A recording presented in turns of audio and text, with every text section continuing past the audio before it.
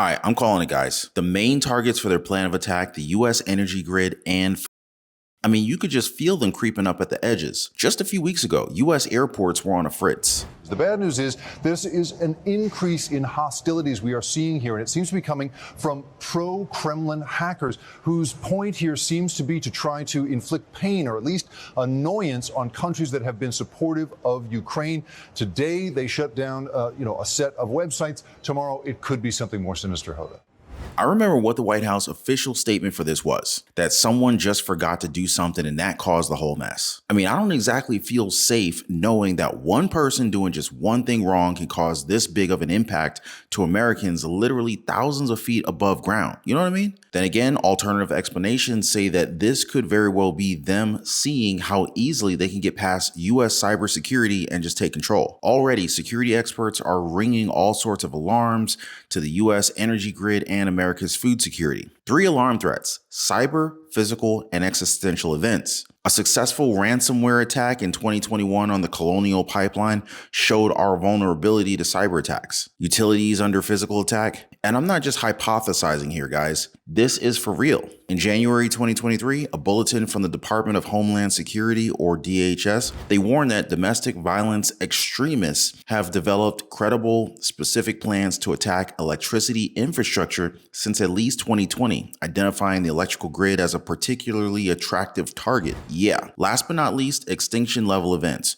Hurricanes, tornadoes, fires, floods, and other acts of nature. Solar storms could boom out electronic magnetic pulses, or EMPs, that can destroy digital infrastructure, including vital financial, transportation, healthcare, telecommunications, and even energy verticals. And I thought that the pandemic was bad. So let's get into this, guys. But first, let me know what you think. Do you feel like the US has been on the brink of something that we can't return from? Just drop a quick yes or no in the comments down below. It's scary how everyone around our financial freedom fam seems to be missing the point, completely oblivious about what's happening to America. Well, that's why we're here, guys, right? Financial education entails being prepared for everything, and that includes the moment when stuff hits the fan. So yeah, let's get right into it. Also, for the very best way to invest in gold or silver, check out the links in the description down below of this video. Just recently, white hacker Sam Curry disclosed on Twitter that he and a group of other white hat hackers quietly spent 10 days discovering 100 unique vulnerabilities on farming machine giant John Deere's corporate networks and websites, including exploits that would enable attackers to take over customer accounts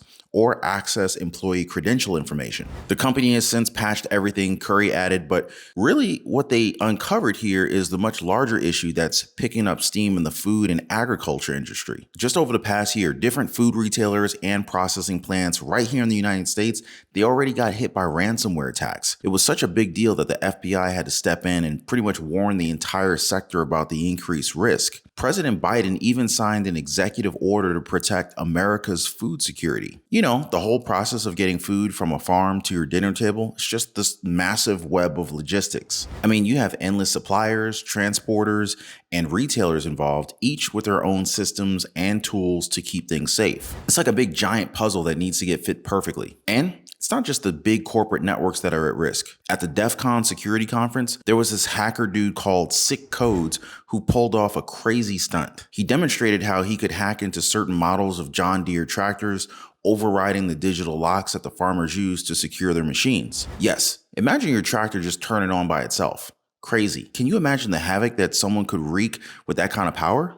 It's just mind-boggling. When Sick Codes did that demo, it wasn't about farmers' rights to fix their own equipment. It was a wake-up call for the whole world. He showed how a single motivated attacker could bring down vital agriculture equipment and even mess with global food security. It's terrifying to think about the real-world consequences of such an attack. All it takes is one weak link to throw this entire production and delivery system out of whack. The food and agriculture industry already operates on razor-thin profit margins. So they don't exactly have the luxury of doing thorough security checks on their partners just to keep the food flowing. But that's a risky move because when something goes wrong in one region, we all feel the impact. Y'all remember the empty shelves and the skyrocketing prices during the early days of the pandemic, right? Nah, that was no fun. Then you have the US energy system, another prime target for other countries to take America down. It says here the threats can be from cybersecurity attacks by other countries, criminal gangs, or hacktivists, from physical attacks to terrorists, domestic or foreign, and vandals on utilities or power plants, or from an EMP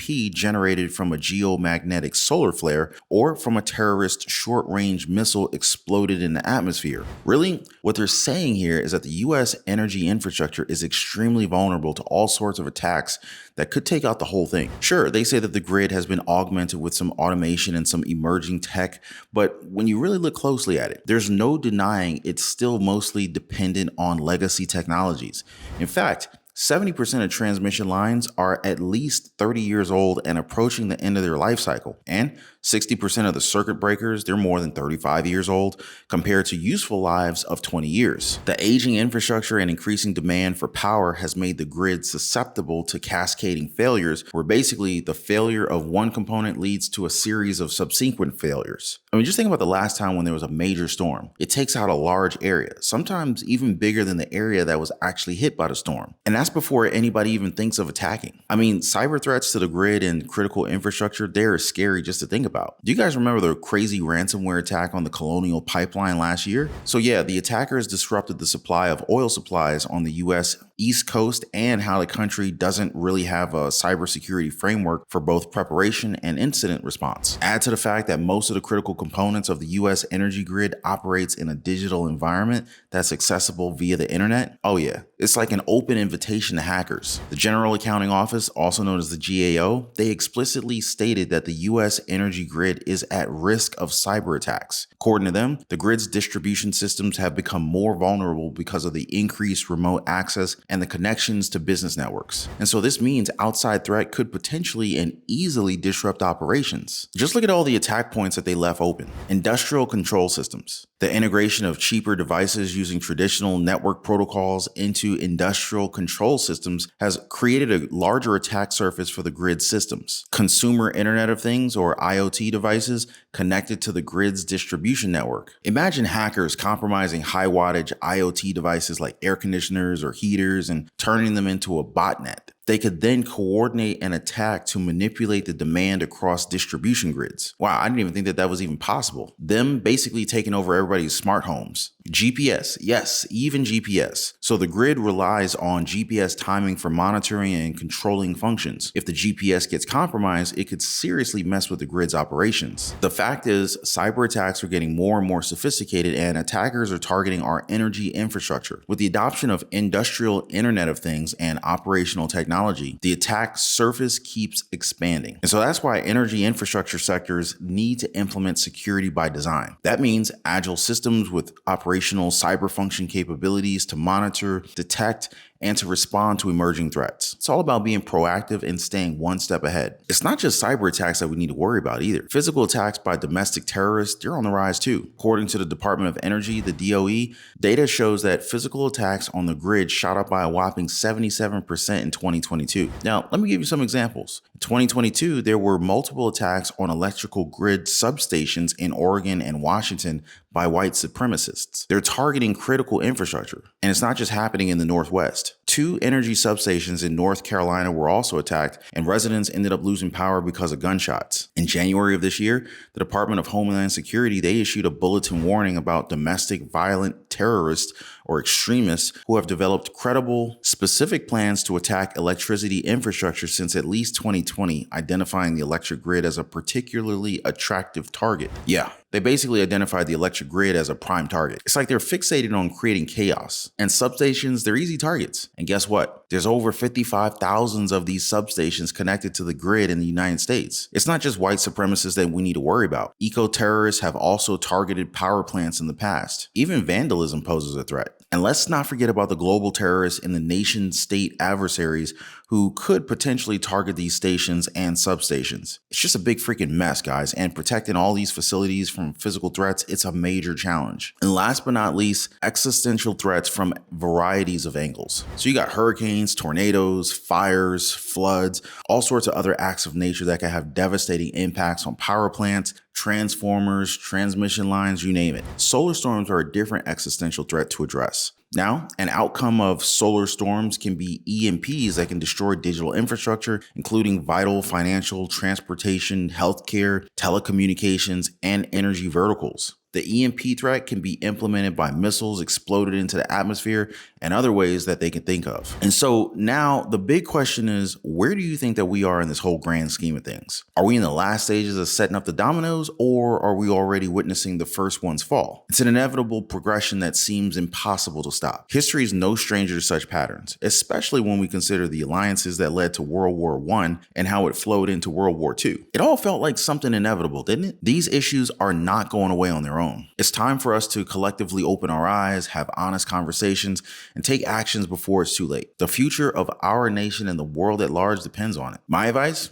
Have an emergency plan in place. Make sure everybody in your household knows exactly what to do in case of a power outage or a disruption in food supply. Now, this plan should include communication strategies, a designated meeting place, and a stockpile of essential supplies such as food, water, medication, and batteries. It would help if you all had a basic emergency kit. A good starter list would include items like flashlights, portable chargers, battery-operated radio, non-perishable foods, water, and a first aid kit. Matter of fact, I created a list for you guys. Be sure to check out the survival guide list and kit in the description down below of this video. Now, this kit will come in handy if you need to evacuate. And last but not least, stay informed, which is exactly what we're doing right now. Keep yourself updated on potential threats or disruptions to the energy grid and food supply by staying informed through reliable sources like our channel right here. It'll definitely help if everybody does their part. Get the word out to your friends and loved ones, our extended financial freedom fam. I mean, what good is all this money that we save up if we're not, ready for when stuff hits the fan, right? So anyway, go ahead and hit the share button right now. More to come on the next one, guys. But for now, this was our energy update and daily news report. The massive vulnerabilities in the US energy grid and food supply, cyber threats, physical attacks, and existential threats, and preparing yourself and your family for when stuff hits the fan. By the way, you guys, you should see 2 videos right here and here. Go ahead and click on those right now. Check out those videos right now. I hope you guys learned something from this video. Let me know in the comments what other questions and requests you might have. I'll make sure to read through all of the comments. And hey, I appreciate you guys watching, and I'm gonna see you guys on the next one. Y'all be safe.